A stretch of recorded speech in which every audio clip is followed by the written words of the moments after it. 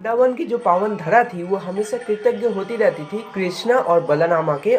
मतलब जो वो चमत्कार करते थे रोज, वो बहुत सी लीलाएं करते थे। मेनली कृष्ण करते थे और बलरामा उनके साथ रहते थे, और कभी कभी वो मैया के साथ भी रहते थे, बलराम जी पकड़ने के लिए कृष्ण को।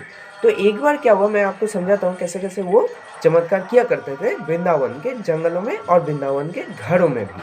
तो नंद महाराज के बेटे थे और यशोमती मैया के बेटे थे कृष्ण भगवान। तो भगवान कृष्ण एक बार चोरी करने गए, तो सब गोपी ने सोचा कि लाइट है तो एक बार काम करते हैं कि अंधकार कर देते हैं। तो अंधकार कर देंगे तो वो अंधेरा में नहीं खोज पाएगा कि कहाँ पे मटकी रखी हुई है।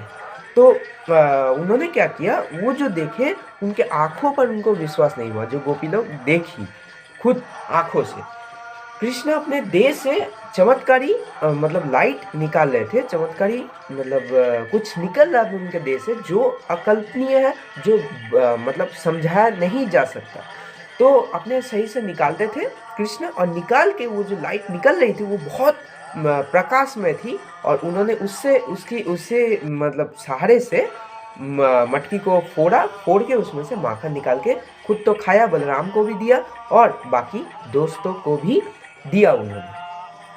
तो एक बार क्या हुआ कि गोपी लोग गए मैया के पास, तो उन्होंने कहा कि मत आप डांटिए मैया। यशोमती मैया को कही गोपी लोग कि आप मत डांटिए, क्योंकि इनके देह से कुछ चमत्कार निकलता है जिससे कि ये चोरी कर पाते हैं। अच्छा, मैं एक और कथा बताता हूँ। जो वहाँ के जो पेड़ थे वो यमुना जी से अपने पानी को लेते थे, क्योंकि पेड़ को पानी चाहिए और पानी लेते थे यमुना जी से। तो वो लोग देखते थे कृष्ण और बलराम के चमत्कारों को, जैसे उन्होंने अघासुरा को मारा, पूतना मौसी को मारा। तो वो सब लीलाएं जो करते थे वो देखते थे वहाँ पे खड़े होकर। फिर चिनावर्ता को उन्होंने मारा सिर्फ 5 साल की उम्र में। तो उन्होंने जो बंसुरी बजाती थी, जो बांसुरी कृष्ण भगवान बजाते थे, उनके अवतार थे हरिवंश ठाकुर।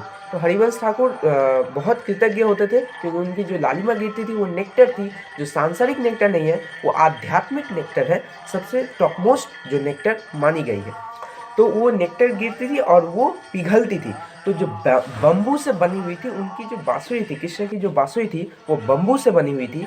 और बम्बू जो पास में लगी हुई थी यमुना जी के पास में, वो लोग सोचती थी कि ये इतने कृतज्ञ कैसे होते हैं कि ये लोग प्योर नेक्टर को पा रहे हैं, कृष्ण के मुंह से जो लालिमा गिर रही है उसी के प्योर नेक्टर को पा रहे हैं।